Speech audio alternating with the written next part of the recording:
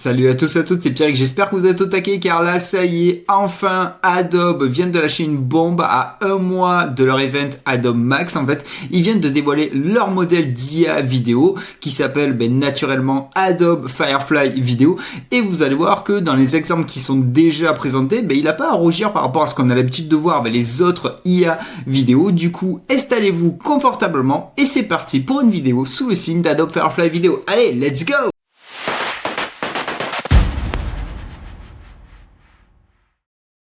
Avant d'aller s'intéresser au modèle de vidéo d'Adobe, Adobe Firefly Video, on va quand même poser le cadre, le contexte dans lequel Adobe se trouve. Donc le but c'est pas de revenir sur les dramas, ça c'est pas un souci, tellement de personnes en ont déjà parlé. Le but c'est vraiment dans quelle position se trouve Adobe là à l'instant T et pourquoi la keynote d'octobre, la keynote qu'ils ont chaque année, Adobe Max, est l'une des plus importantes de leur histoire et qu'ils seront obligés de nous lâcher des bombes. Et là c'est cool, ils nous lâchent une première bombe avec cette annonce d'IA vidéo, mais je pense qu'il va y avoir encore du très lourd. Donc en termes de contexte, comme beaucoup de marques, Adobe n'a pas vu venir les IA génératives, mais ils s'y sont mis de toute façon assez rapidement en nous proposant Firefly. On en est déjà au modèle V3, le modèle V3 est directement intégré dans la version publique de Photoshop, donc ça c'est bien, mais il y a des concurrents qui ont fait des acquisitions qui font très très mal, et des concurrents qui faisaient déjà de l'ombre à Adobe, à l'instar de Canva. Canva, même avant ses acquisitions, en fait faisait de l'ombre à Adobe, à tel point qu'Adobe a fait le logiciel concurrent Canva, Adobe Express, mais ceux qui sont sur Canva restent sur Canva et ne vont pas forcément utiliser Adobe Express. Mais là où Canva a fait une masterclass, c'est qu'ils ont acheté les logiciels les plus concurrents d'Adobe, donc des logiciels mères, c'est-à-dire les logiciels Affinity, avec Affinity Photo, donc l'équivalent de Photoshop, Affinity Designer, l'équivalent d'Illustrator, et Affinity Publisher, l'équivalent de InDesign. Et ça, c'est une masterclass parce que déjà, les logiciels Affinity étaient déjà des très bons produits. En plus de ça, on ne louait pas, on achetait le logiciel. Et en plus, il y avait souvent des bonnes promos. Et les logiciels étaient vraiment pas chers. En gros, avec un budget de 170 balles, vous avez les 3 logiciels mères Adobe. Et c'est pas tous les mois, c'est un budget de 170 balles. Et donc, c'est pour ça que beaucoup de freelance avaient commencé à migrer vers les logiciels Affinity, car ils n'avaient pas forcément besoin d'autres logiciels que les 3 logiciels mère Adobe.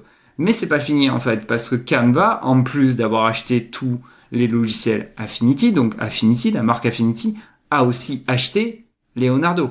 Leonardo, c'est un des plus grands concurrents à Midjourney, donc ça veut dire que quelqu'un qui est maintenant dans Canva, qui a un abonnement Canva, a l'équivalent d'un Photoshop, d'un InDesign, d'un Illustrator, de toutes les fonctionnalités Canva, ok c'est cool, mais aussi à une IA générative ultra puissante et véloce à l'instar de Leonardo, parce que Leonardo, franchement, a une plus-value sur certaines fonctionnalités qui sont hyper intéressantes. Et c'est la raison pour laquelle, là, cette année, en octobre, mi-octobre, Adobe va vraiment devoir sortir du très lourd en annonçant vraiment des grosses dingueries pour pouvoir rester à la hauteur de tout ce qui se fait en IA générative et aussi chez les concurrents.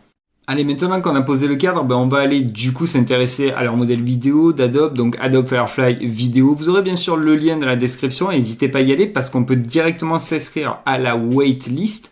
Donc la présentation de toute façon est classique parce que ça reprend la philosophie de ce qu'on a dans les autres IA vidéo, mais ce qui est intéressant c'est qu'on a des exemples. Donc ici vous voyez bien qu'il y a le petit call to action pour rejoindre la waitlist, donc n'oubliez pas le lien dans la description. Là déjà on voit une prise de vue de l'interface, donc de toute façon ça sera intégré dans Firefly, donc ça veut dire que ça sera beaucoup plus facile, parce que n'oubliez pas que dans Firefly, sur la barre latérale à gauche, vous avez la plupart des choix que l'on met manuellement en token dans les autres IA, c'est-à-dire les lumières, les angles, et là justement on voit la notion ici d'angle, et on voit qu'on pourra choisir auto, parce que en fonction du prompt, il y a l'IA qui choisira l'angle qui est le plus adapté à votre prompt, donc ça c'est intéressant. En termes de premier exemple, là on est plutôt pas mal, et on a une fluidité qui est hyper intéressante et qui n'a pas à rougir de tout ce qu'on a l'habitude de voir avec les autres IA générative de vidéos, et en plus de ça on a les prompts, donc ça permet de voir qu'il y a une bonne compréhension du prompt là, donc avec le renne justement, gros plan cinématographique et portrait détaillé d'un renne dans une forêt enneigée au coucher du soleil, l'éclairage est cinématographique et magnifique et doux et ensoleillé. Et franchement, ça fait le job, hein. Donc dites-moi ce que vous en pensez dans les commentaires, mais déjà dans les premiers rendus. Après, certes, c'est comme Sora, on l'a pas encore entre les mêmes, mais là, c'est pas comme ça, on va pas attendre 10 ans. N'oubliez pas que Adobe Max, c'est dans un mois. Donc logiquement, c'est quelque chose qui devrait être annoncé, dévoilé, et s'ils ouvrent déjà les weblists, c'est qu'on va pouvoir y avoir accès assez rapidement. Donc là, pareil, un plan un petit peu avec une prise de vue de drone, un paysage volcanique enflammé au ralenti avec de la lave crachant des cratères, la caméra vole à travers la lave, franchement c'est nickel aussi, ça fait bien le job.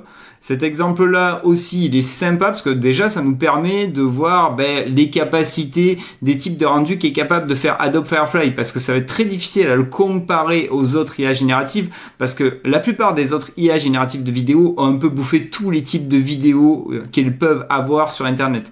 Là, Adobe, ça va être surtout des vidéos qui ont été entraîné par rapport à du Adobe Stock, des contenus vidéo et des vidéos qui seraient libres de droit. Donc, elle ne saura pas tout faire, en fait, Adobe Firefly vidéo, mais au moins, ça nous montre un petit aperçu des capacités. Donc là, avec les monstres miniatures adorables en laine et en feutre dansant les uns avec les autres, rendus 3D, on voit que la gestion des poils, les mouvements est plutôt sympa, donc la gestion de la physique est cool. Donc ça fait envie. Ensuite, quand c'est des plans de paysage, c'est pas le plus compliqué. Moi, le seul truc qui m'a frustré dans cette page, c'est qu'on voit peu de plans avec des êtres humains, parce que les plans environnementaux, pour entraîner une IA vidéo, on sait que ça va être les choses qui sont le plus faciles. Il n'y a pas trop de consistance avec un personnage qui va bouger, des expressions faciales. Donc, mais ça marche très très bien. Par contre, ce qui est cool, c'est qu'on voit bien qu'il comprend très très bien le prompt. Ensuite, là, ils disent qu'on va pouvoir combiner, parce que le but, c'est d'optimiser le workflow. Je suis dans Adobe et je vais rester dans Adobe pour générer des vidéos. Et donc, ils disent ce qui est intéressant ici. Donc, le plan, vous voyez la petite fille qui se baisse, c'est un plan réel, en fait. Donc, qui a été filmé, un vrai shooting. Et ensuite, ils ont fait le plan avec la loupe, avec l'IA. Et après, ils ont monté tout ça. Donc, c'est intéressant pour justement travailler en combinaison avec des prises de vue réelles et des prises de vue IA. J'aime bien l'idée, j'aime bien la philosophie. Ça va plaire justement aux personnes qui font du montage. On sait très bien que de toute façon que Adobe Firefly Vidéo sera intégré à un moment donné dans Premiere. Donc là, il nous montre pas mal de screens avec l'interface dans Adobe Firefly, mais on le sait, il nous l'avait teasé déjà il y a un an que ça serait intégré dans Adobe Premiere. Donc là, pareil, un plan de drone allant entre les arbres d'une forêt enneigée au coucher du soleil, golden hour, donc à l'heure d'or. Ça fait bizarre de le dire en français. Donc l'éclairage est cinématographique. Pareil, c'est un plan de drone, c'est ultra efficace, mais comme je vous dis, c'est pas le plus dur. On a un exemple, je pense qu'ils sont allés assez gentillés. Après, on verra. De toute façon, dès qu'on aura la possibilité de se faire les dents dans la waitlist, vous pouvez me faire confiance pour vraiment tomber la bête. Donc là, j'ai quand même un plan d'être humain, gros plan cinématographique et portrait détaillé d'un homme au milieu d'une rue pluvieuse. C'est plutôt pas mal, franchement, quand on voit le mouvement de la tête, la pluie, la gestion de la physique, donc c'est ça que je regarde, moi vraiment l'eau qui tombe, elle est plutôt assez bien gérée, donc ça fait plaisir, ça montre qu'il y a du potentiel, et en plus de ça, vous allez voir que plus bas, il y a un exemple avec du texte, donc ils veulent aussi aller chatouiller du Gen 3 avec les effets spéciaux au niveau du texte. Ensuite, là aussi, c'est intéressant parce que, un petit peu comme on peut le faire avec Gen 3, ils disent que ce qui va être bien, c'est vraiment d'optimiser le workflow et donc rajouter des VFX, prompter pour faire des VFX et après, dans le logiciel de mon montage, les intégrer. Donc là, on voit le plan avec le danseur dans prise de vue réelle, les VFX qui ont été promptés et la sortie avec ce rendu en flat avec les flammes, c'est hyper speed, hyper dynamique, ça marche bien franchement. Après, c'est des rendus classiques, hein. Ça, dans Adobe Stock, il y en a énormément. Donc pour Adobe Firefly Vidéo, ça sera pas le plus dur.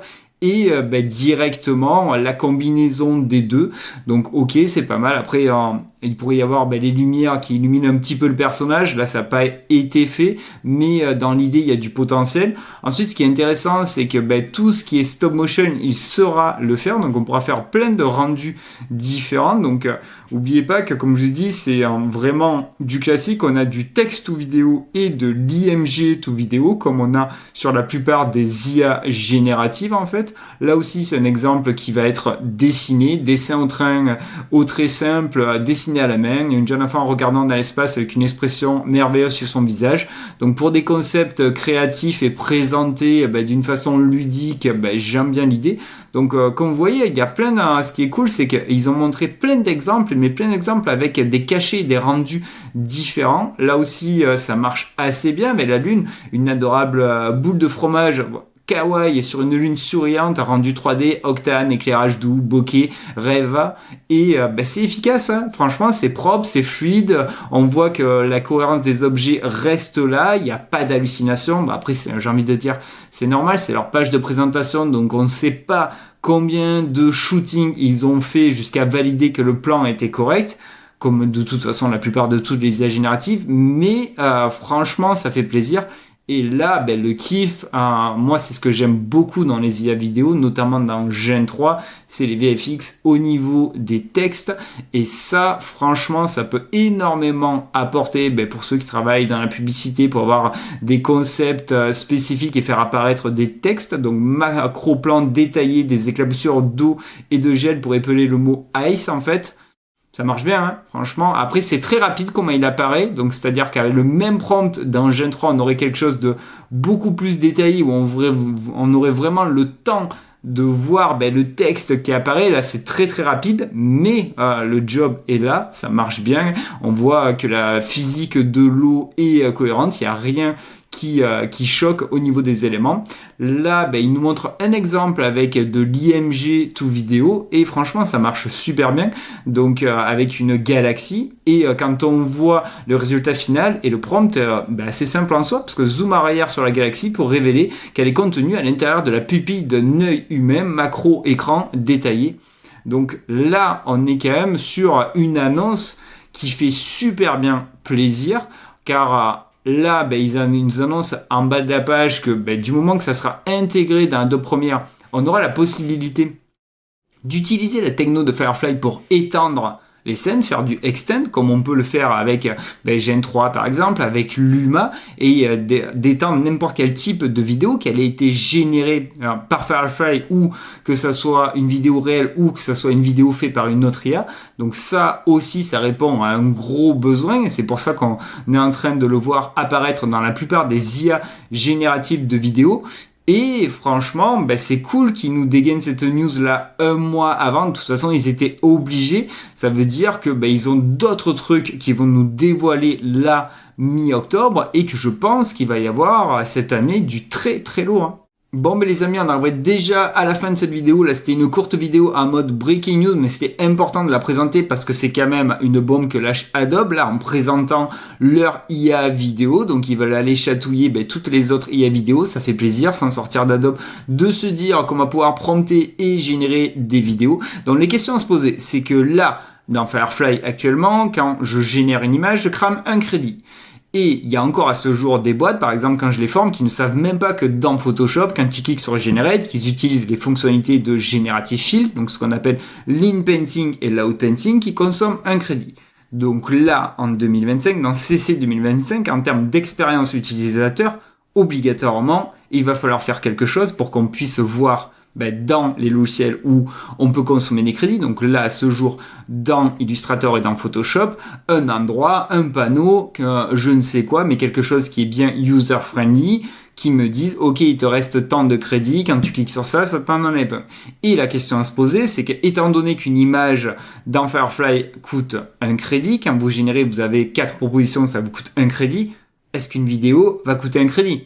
Je pense pas. Je pense qu'on va aller au-delà de un crédit.